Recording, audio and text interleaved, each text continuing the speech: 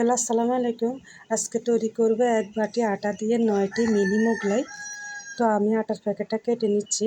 তো আপনারা চাইলে খোলা আটাও ব্যবহার করতে পারেন, আবার ময়দাও ব্যবহার করতে পারেন। তো আমি 1 বাটি আটা মেপে ঢেলে নিচ্ছি। তার মধ্যে দিয়ে দিব স্বাদ মতো লবণ এবং সয়াবিন তেল। তো সয়াবিন তেল দিয়ে এগুলোকে ভালো করে মেখে নিতে হবে। তো আমি সয়াবিন তেল দিয়ে এগুলোকে ভালো করে মেখে নিব। তারপরে আটাগুলো যেন মুষ্টিবদ্ধ হয় সে অনুযায়ী এগুলোকে মাখতে হবে। তো আমার আটাগুলো হয়ে গেছে।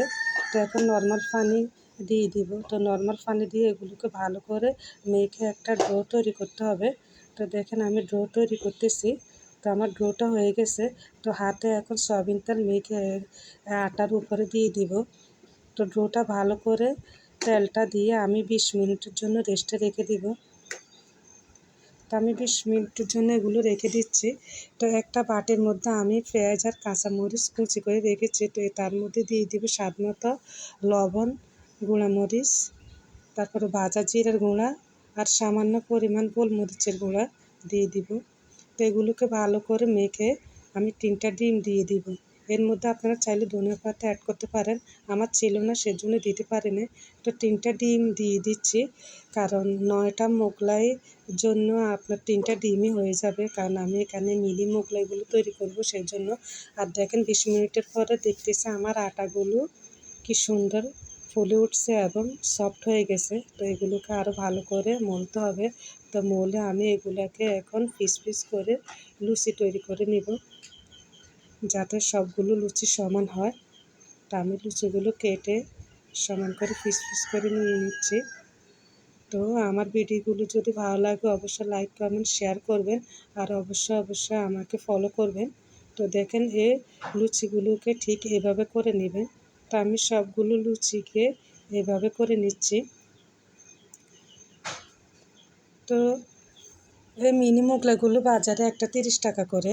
আমার বাচ্চারা যখন স্কুলে যায় তারা টিফিনের সময় নাকি এগুলো একটা 30 টাকা করে কিনে খায়। তো ভাবলাম আমি ঘরে তৈরি করে দিই, কারণ ঘরে অল্প খরচে অল্প সময়ে এগুলো তৈরি করা যায়। তাই আমি আজকে ওকে টিফিনের সময় এগুলো তৈরি করে দিয়েছি। তাই আপনারাও চেষ্টা করবেন বাচ্চাদেরকে ঘরে তৈরি করে টিফিন দেওয়ার জন্য।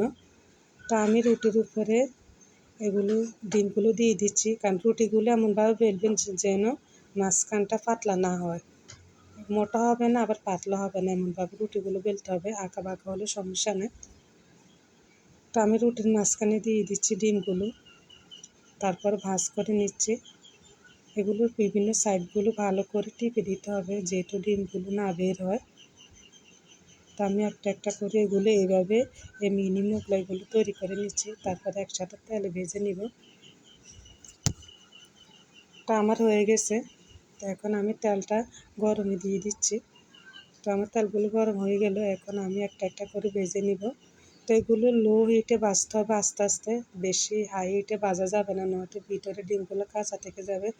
তো দেখেন আমি প্রায় 5-6 মিনিট থেকে এগুলো ভেজে নিচ্ছি। তো এগুলো ফুলে কি সুন্দর লালচে হয়ে গেছে, মুসমুসে হয়েছে দেখেন। এভাবে আস্তে আস্তে লো হিটে আমি সবগুলো লুচি একটা একটা করে ভেজে নিচ্ছি। তো ফুল কি সুন্দর তুলতুলে হয়েছে এগুলো। তো আমার মিনি মোগলাইগুলো খেতে আমার খুবই ভালো লাগে, আমার বাচ্চারাও খুব পছন্দ করে। তো আপনারা কে কে এরকম মিনি মোগলাই খেতে ভালো লাগে পছন্দ করেন অবশ্যই কমেন্ট বক্সে জানাবেন। তো এগুলো বেশি গরুর মাংস দিয়ে খেতে ভালো লাগে কিংবা মুরগির ঝোল দিয়ে। তো আমি আমার ঘরে সসের প্যাকেট ছিল, তা আমি সস দিয়েই খাচ্ছি। সস দিয়ে খেতে অনেক মজা। তো দেখেন কি সুন্দর লোভনীয় লাগতেছে। তো আপনারা অবশ্যই ট্রাই করবেন।